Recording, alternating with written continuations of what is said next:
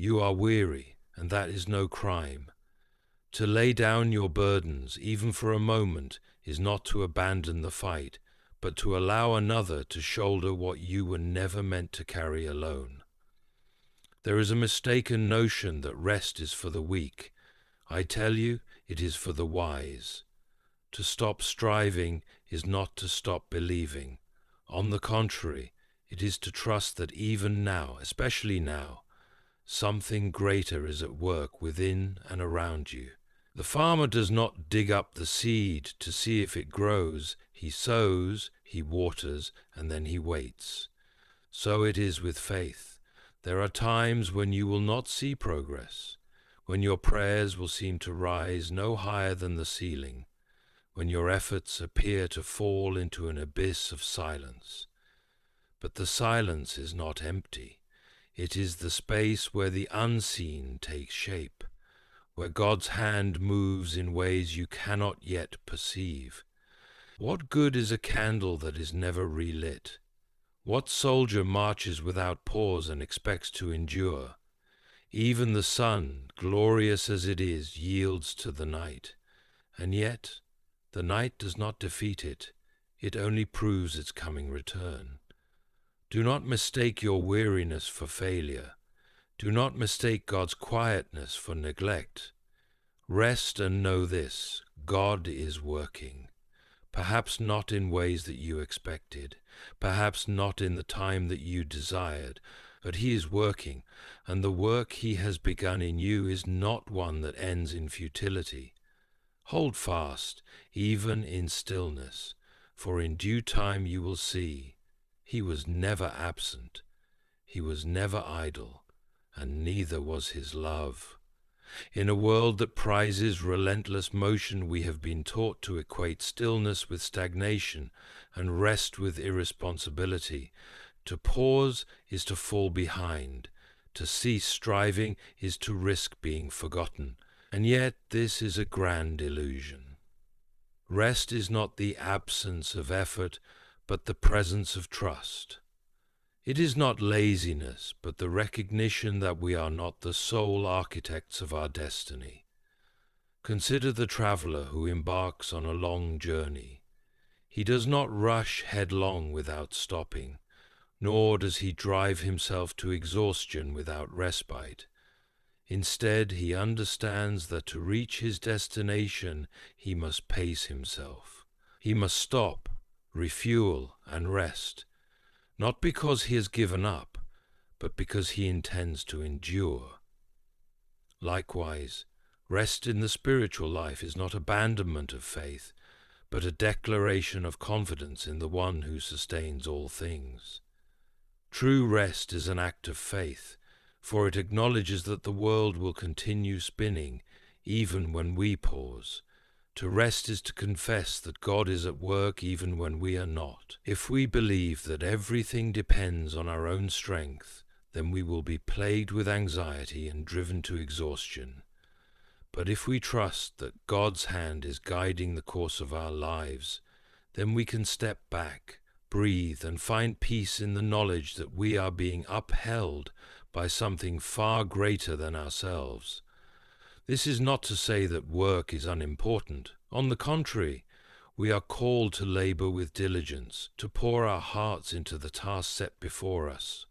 But just as a field must lie fallow before it can yield a greater harvest, so too must we allow seasons of rest to prepare us for what is to come. The farmer does not stand in the field and will his crops to grow by sheer force of determination.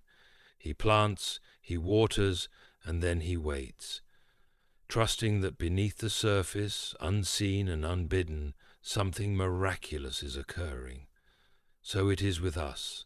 There will be times when we are called to work, to strive, and to endure hardships. But there will also be times when we must step back, trust, and allow God to do what only He can. To refuse rest is not an act of faith, but of fear. The fear that if we stop moving, everything will unravel. But Scripture reminds us, "Be still and know that I am God." Psalm 46:10. This is not a suggestion, it is a command. To rest is to surrender the illusion of control and to place our trust in the one who never slumbers. It is to believe that we are not alone in our efforts, that we are not abandoned in our struggles. It is a quiet yet powerful act of faith, a declaration that even in our stillness, God is still working. It is human nature to equate visibility with presence, and to assume that what we cannot see is not happening. We long for evidence, for signs that our prayers are being answered, our struggles are not in vain, and our lives are moving in the right direction. But God does not work according to human expectations. His movements are not always obvious, nor his plans immediately clear. Yet his hand is always at work, unseen perhaps, but never absent. Consider the roots of a great tree. Though hidden beneath the surface, they are the source of the tree's strength, nourishment, and endurance. A casual observer may see nothing happening during the colder months when the branches remain bare. The tree appears lifeless, and yet below the soil, beyond sight, growth is occurring. The roots stretch deeper, drawing in sustenance, preparing for the season when life will once again burst forth. So it is with God's work in our lives. Just because we do not see it does not mean it is not happening. Too often we expect God's action to be immediate, dramatic, and unmistakable. We look for parting seas and burning bushes, forgetting that he often chooses to work in quiet, hidden ways. The gentle unfolding of his plans is like the tide, steady, relentless, shaping the shore with each unseen movement. The absence of thunder does not mean the storm is not coming, just as the absence of visible change does not mean transformation is not underway. This is where faith must take root. If we only trust when we see results, we are not trusting at all. We are simply responding to evidence. But true faith believes before the proof appears. It holds firm in the silence, in the waiting, in the long stretches where it seems as though nothing is changing. God is not bound by our timelines. What seems like delay to us is often careful preparation.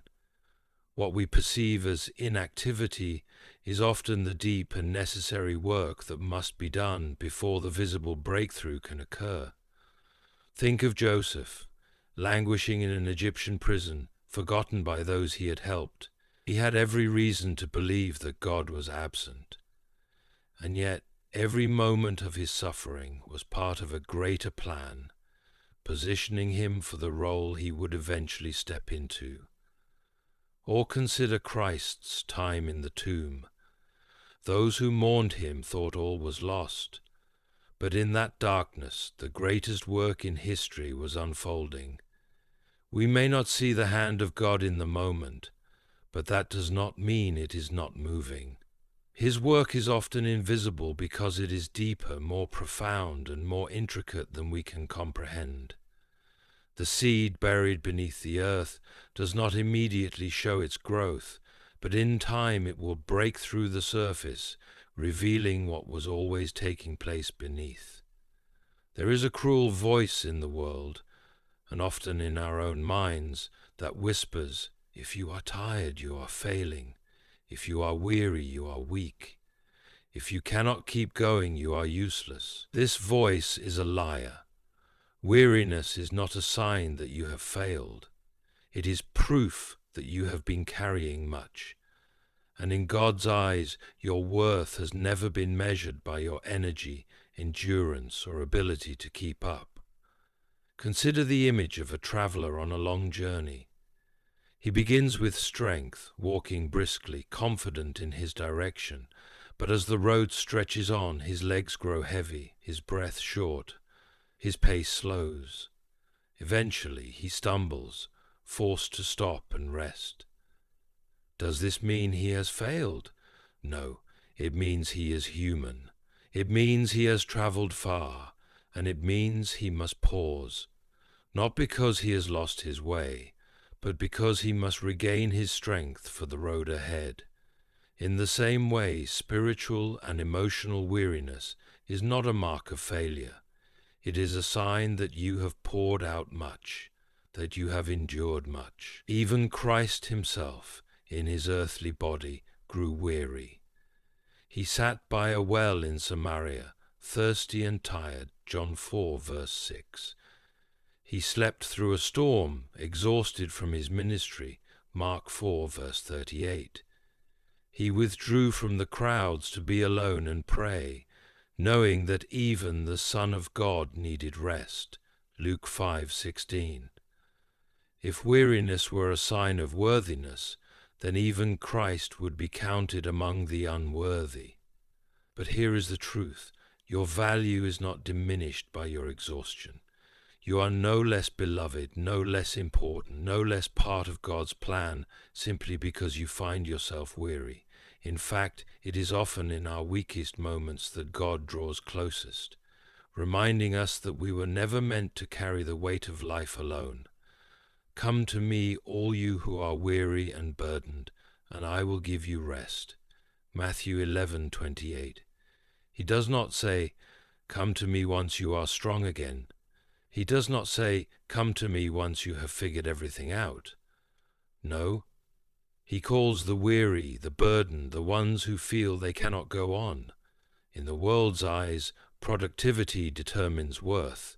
If you can keep up, if you can produce, if you can perform, then you have value. But God's kingdom does not operate like the world. Your worth is not found in what you do, but in who you are. A beloved child of God, your exhaustion does not make you less. If anything, it makes you more in need of the rest and renewal that only He can provide. So do not mistake your weariness for worthlessness. You are not forgotten. You are not failing. You are simply in need of the rest that God so freely offers. Let yourself receive it. There are seasons in life when God seems quiet. The prayers you once prayed with confidence now feel as though they go unanswered. The guidance you once sensed so clearly now feels distant. You ask, God, where are you? But hear nothing in return. In these moments, doubt creeps in. The silence feels like abandonment. You wonder if you have been forgotten, if your cries are unheard, if perhaps you are alone after all. But silence does not mean absence. A teacher is often quiet during a test, not because they have left, but because they are watching, allowing the student to put into practice what has already been taught. In the same way, God's silence is not an indication that He has departed. He is still present, still working, still sustaining you, even when you do not hear His voice. Consider the story of Job. A man of faith, he suddenly found himself stripped of everything, his family, his health, his wealth. He cried out to God, desperate for answers, but for a long time there was only silence. Did that mean God was absent? No. In the silence, God was still present, watching over Job, allowing a greater plan to unfold. When God finally spoke, it was not to explain, but to remind Job that His ways are higher than human understanding. Or think of the time between Christ's death and resurrection. For His followers, that Saturday must have been a day of unbearable silence. The one they had followed, the one who had performed miracles, was gone. Heaven itself seemed quiet. And yet in that silence the greatest work of all was being accomplished. Christ was conquering death itself.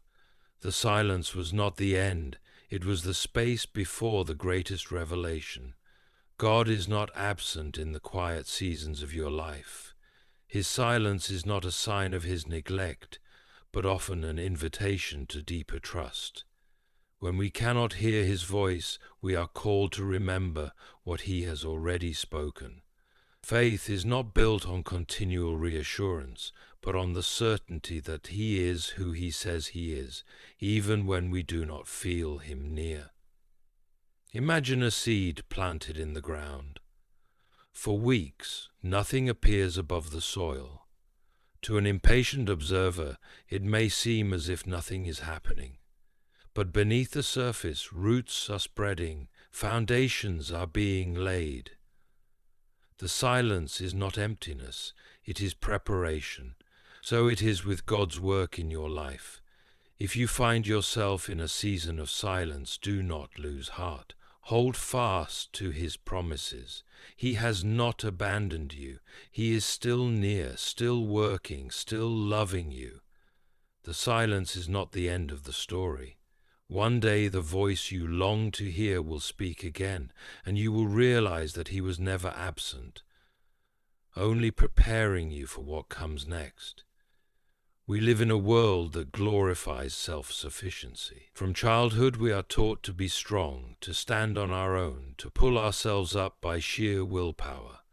We admire those who endure hardship without breaking, who never seem to need help. And yet this belief is both exhausting and false. True strength is not something we manufacture within ourselves. It is not earned through effort or determination. Strength, real, lasting, sustaining strength, is given. It comes from God, not from human striving. Consider the way a branch remains strong. It does not produce its own life. It draws its sustenance from the vine. Without the vine it withers, no matter how sturdy it once seemed. Christ Himself used this image, saying, "I am the vine, you are the branches. If you remain in me, and I in you, you will bear much fruit. Apart from me, you can do nothing. If you remain in me, and I in you, you will bear much fruit. Apart from me, you can do nothing. If you remain in me, and I in you, you will bear much fruit. Apart from me, you can do nothing. If you remain in me, and I in you, you will bear much fruit. Apart from me, you can do nothing. If nothing, not a little, not some, nothing. This truth is both humbling and freeing. It is humbling because it reminds us that we are not as strong as we like to believe. No amount of effort, intelligence, or determination can sustain us indefinitely. Sooner or later, we all reach our limits. We grow weary. We face trials that surpass our ability to endure. But this truth is also freeing, because if strength comes from God, then we do not have to carry the burden alone. We do not have to muster our own power. We only need to receive what He freely gives. Look at the great figures of Scripture.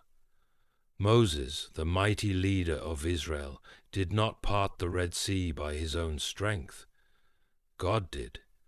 Elijah, the fearless prophet, collapsed in exhaustion after great victories, and in his weakness, God restored him. The Apostle Paul, who endured shipwrecks, beatings, and imprisonment, did not boast in his own strength, but in his weakness, saying, "My grace is sufficient for you, for my power is made perfect in weakness."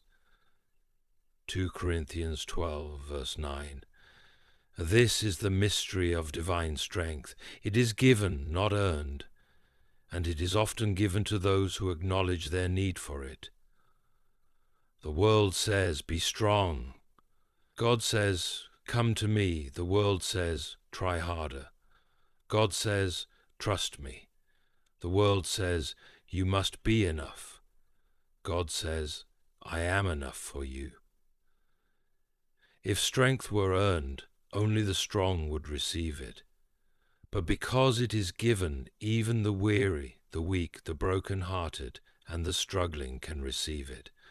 Strength does not come from pretending to be unshaken, but from admitting that we need help.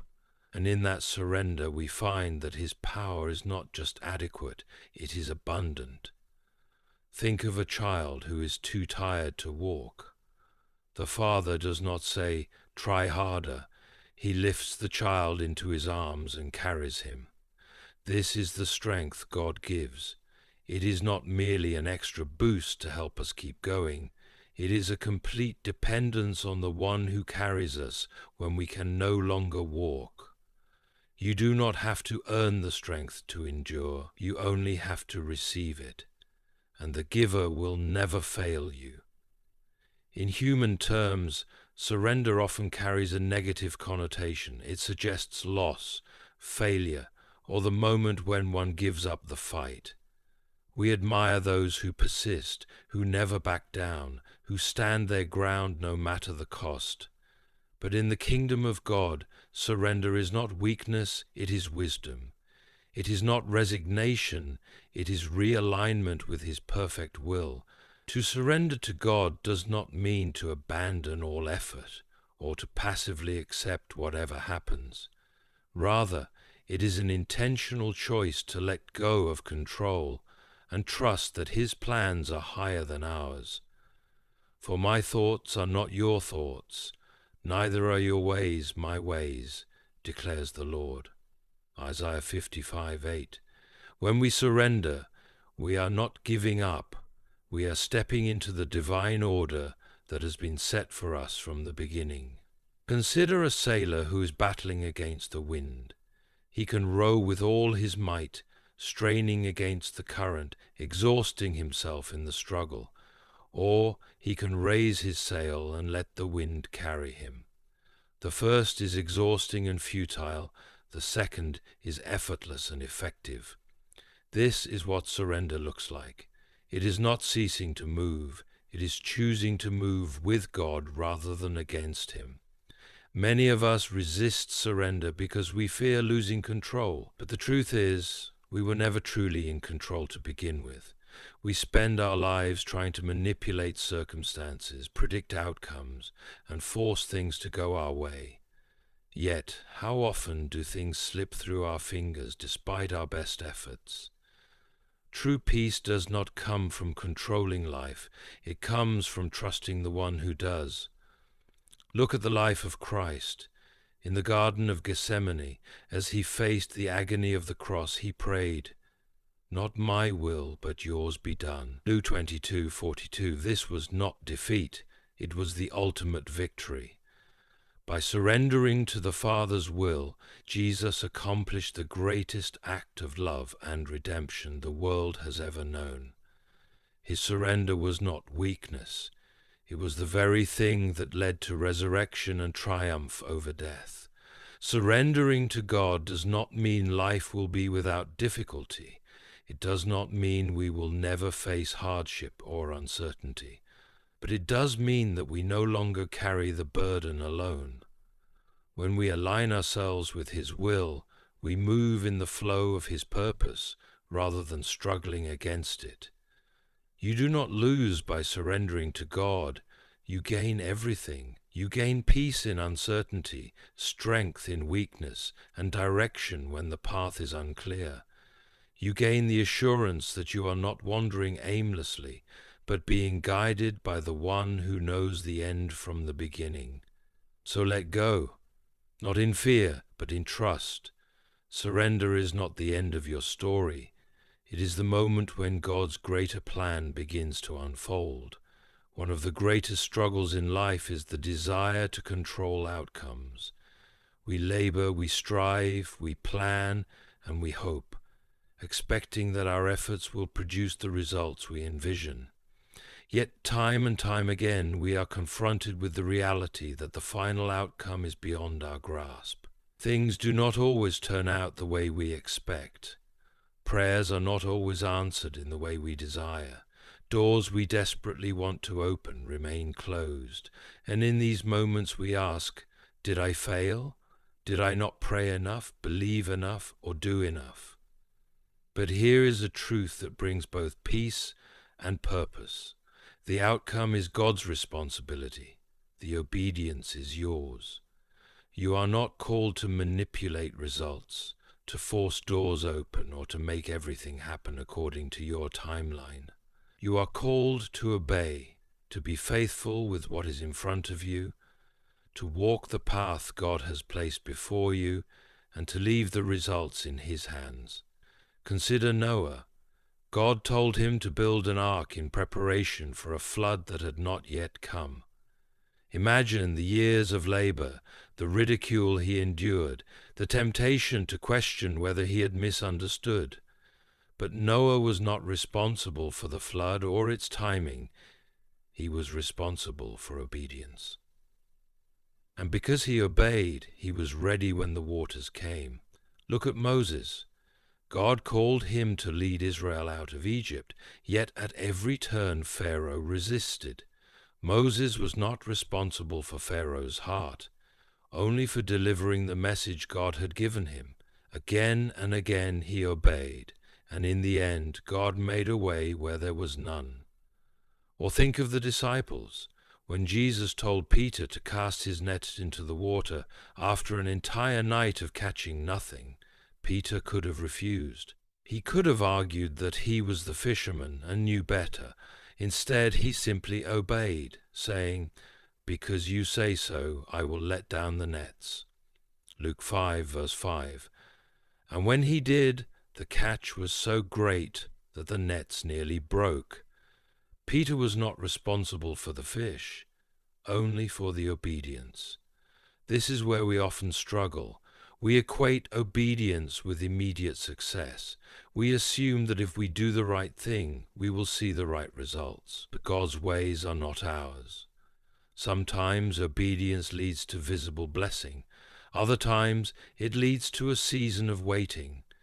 Still other times it leads to a road we never expected to walk.